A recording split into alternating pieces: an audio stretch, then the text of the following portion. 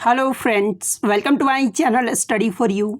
सो guys, जैसा कि आज जो आपका एसएससी एमटीएस का 8 जुलाई का सेकंड शिफ्ट का एग्ज़ाम हो गया दोस्तों, जिसका जो है मैं आपको बिल्कुल 100% एक्यूरेट आंसर के साथ जो है इस वीडियो में बताऊंगा। तो देख लेते हैं कि किस प्रकार के जो है आज आपके 8 जुलाई के सेकंड शिफ्ट के एग्ज़ाम में जो है प्रश्न पूछे गए हैं।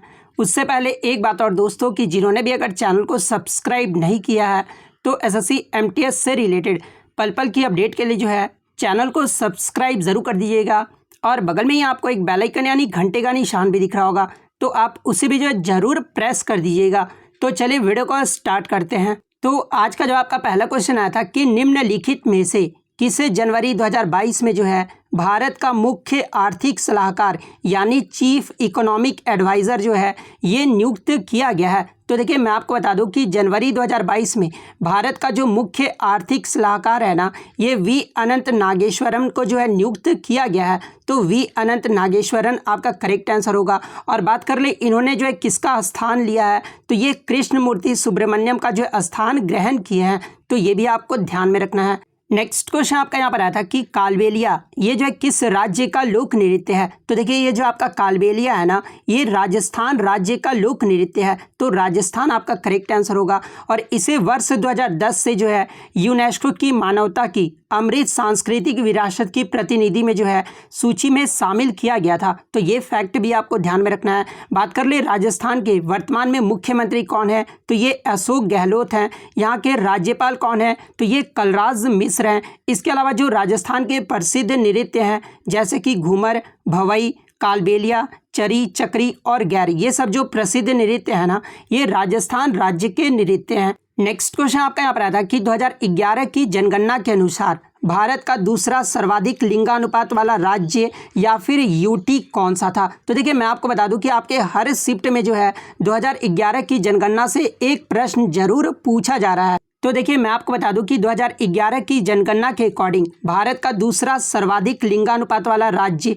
या फिर यूटी ये जो है कौन सा रहा था, तो ये आपका जो है पौंडीचेरी रहा था। तो पौंडीचेरी आपका यहाँ पे करेक्ट आंसर होगा। पौंडीचेरी का जो लिंगानुपात है ना, ये 1000 पुरुषों पर 1038 महिलाएं थी। वहीं अगर सर्वाधिक लिंगानुपात वाला राज्य कौन था, तो ये आपका केरल था। थर्ड नंबर की अगर मैं बात कर लूँ तो ये आपका तमिलनाडु था। फोर्थ में आपका आंध्र प्रदेश राज्य था। तो ये फैक्ट भी आपको ध्यान में रखना है। नेक्स्ट क्वेश्चन आपका यहाँ पर आता है कि सराय नूर महल ये जो है किस राज्य में स्थित है। तो देखिए, ये जो आपका सराय नूर महल है ना, ये पंजाब राज्य के जालंधर जिले में स्थित है। तो पंजाब आपका यहाँ पे करेक्ट आंसर होगा। नेक्स्ट क्वेश्चन आपका यहाँ पर आया था, निम्नलिखित में से कौन सी नदी के दक्षिण में जो है दक्कन का पठार स्थित है। तो देखिए, ये जो आपका दक्कन का पठार है ना, ये नर्मदा नदी के दक्षिण में स्थित है। तो नर्मदा नदी आपका करेक्ट आंसर होगा।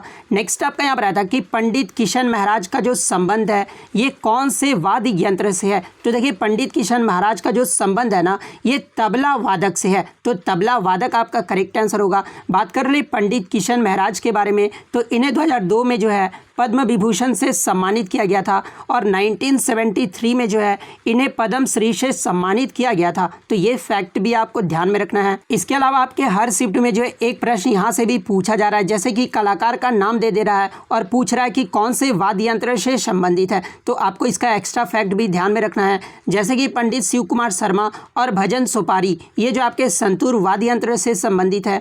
हरिप्रसाद चौरसिया और पन्नालाल घोष ये जो आपके बांसुरी वादक हैं। जाकिर हुसैन, अल्लाह रखा, साबिर खां, पंडित किशन महाराज, पंडित ज्ञान प्रकाश घोष ये सब जो आपके तबला वादक हैं। अलाउद्दीन खान, अली अकबर खान, अमजद अली खान और बुद्धदेव दास गुप्ता ये जो आपके सरोद वादक हैं। बिस्मिल्ला खान, कृष्ण राम चौधरी, अली अहमद हुसैन ये जो आपके सहनाई वादक हैं। पंडित रविशंकर, शाहिद परवेज खान, बुधादित्य मुखर्जी और अनुष्का शंकर ये जो आपके सितार वादक हैं। शकूर खान, पंडित राम नारायण, रमेश मिश्रा, सुल्तान खान ये जो आपके सारंगी वादक से हैं। वहीं बात कर ले वीणा वादक के बारे में, तो जिया मोहिद्दीन डागर, अयागिरी श्याम सुंदरम, उसके बाद दुरैया स्वामी अयंकर ये जो आपके वीणा वादक से हैं। और असद अली खान ये जो आपके रुद्र वीणा से संबंधित है। तो ये इंपॉर्टेंट फैक्ट्स आपको ध्यान में रखना है। नेक्स्ट आपका यहाँ पर आता है कि भारतीय संविधान में किसी व्यक्ति को जो है एक से ज़्यादा अपराध के लिए एक ही सज़ा का जो प्रावधान है ना, ये किस अनुच्छेद में वर्णित है। तो देखिए मैं आपको बता दूं कि अनुच्छेद 20 के 2 में जो आपका ये बताया गया है कि किसी व्यक्ति को एक ही अपराध के लिए एक बार से अधिक अभियोजित और दंडित नहीं किया जाएगा। तो अनुच्छेद 20 आपका यहाँ पे करेक्ट आंसर होगा। नेक्स्ट आपका यहाँ पर क्वेश्चन आया था कि डेविड वार्नर आईपीएल 2022 ये जो है किस टीम से खेले थे। तो देखिए डेविड वार्नर 2021 का जो आईपीएल है ना ये सनराइजर्स हैदराबाद के टीम से खेले थे, लेकिन 2022 जो है ये दिल्ली कैपिटल्स के टीम से खेले थे। तो दिल्ली कैपिटल्स आपका करेक्ट आंसर होगा। नेक्स्ट आपका यहाँ पर आया था कि राधा श्रीधर का जो संबंध है ना ये किस शास्त्रीय नृत्य से है। तो देखिए ये जो आपके राधा श्रीधर थे इनका जो संबंध था ये भरतनाट्यम से था। तो भरतनाट्यम आपका करेक्ट आंसर होगा। नेक्स्ट क्वेश्चन आपका यहाँ पर आया था कि 2011 की जनगणना के अनुसार भारत में सर्वाधिक बोले जाने वाली भाषा कौन सी है। तो देखिए मैं आपको बता दूं कि 2011 की जो जनगणना हुई थी ना उसमें भारत के सर्वाधिक बोले जाने वाली जो भाषा थी ये आपका हिंदी था, सेकंड नंबर पे आपका बंगाली भाषा था और थर्ड पे आपका मराठी भाषा था। तो प्रथम पूछा गया था तो हिंदी आपका यहाँ पे करेक्ट आंसर होगा। नेक्स्ट क्वेश्चन आपका यहाँ पर आता है कि which incident was done by the British government after the Jallianwala Bagh massacre, यानी जालियांवाला बाग हत्याकांड के बाद जो है ब्रिटिश सरकार के द्वारा कौन सी घटना हुई थी। तो देखिए मैं आपको बता दूं कि 1919 में जालियांवाला बाग हत्याकांड के बारे में जानकारी जांच करने के लिए जो है हंटर आयोग का गठन किया गया था। तो हंटर आयोग आपका करेक्ट आंसर होगा।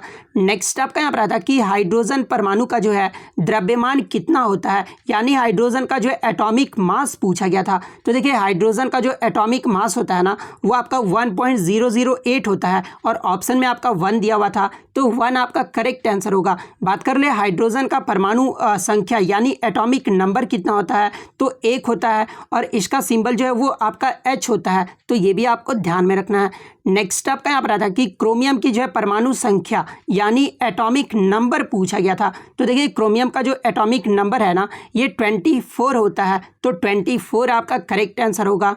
नेक्स्ट क्वेश्चन आपका यहाँ पर आता है कि औरंगजेब की मृत्यु ये जो है कब हुई थी। तो देखिए औरंगजेब की जो मृत्यु है ना ये 3 मार्च 1707 ईस्वी को हुआ था। तो 1707 आपका करेक्ट आंसर होगा।